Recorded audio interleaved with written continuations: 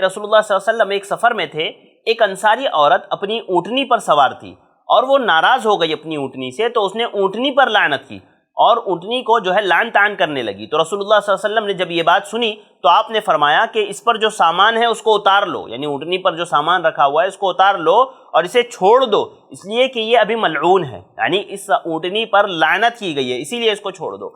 ये हदीस मेरे भाइयों और बहनों मुझे और आपको चंद बातें बताती है। सबसे पहली बात ये कि किसी भी जानदार चीज़ को लानत या गाली नहीं देना चाहिए।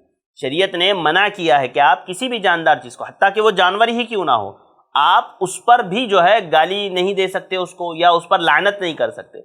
और नबी करीम सल्लल्लाहु अलैहि वसल्लम ने जिस ऊँटनी पर लानत की गई थी, अल्लाह के नबी ने उससे सामान उतारने का हुक्म दिया, यानी उसको छोड़ने का हुक्म दिया। इसीलिए अहले इल्म कहते हैं कि वो चीज़ें या वो जगहें जहाँ पर अल्लाह रब्बुल आलमीन की लानत नाजिल हो, वो इबरत का निशान होती है। वहाँ से इंसान को निकल जाना चाहिए, उस चीज़ को छोड़ देना चाहिए, इसलिए कि वो बरकत से खाली हो जाती है, वो बरकत से खाली हो जाती है। इसीलिए कि लानत का माना ही होता है ना कि अल्लाह की रहमत से दूरी।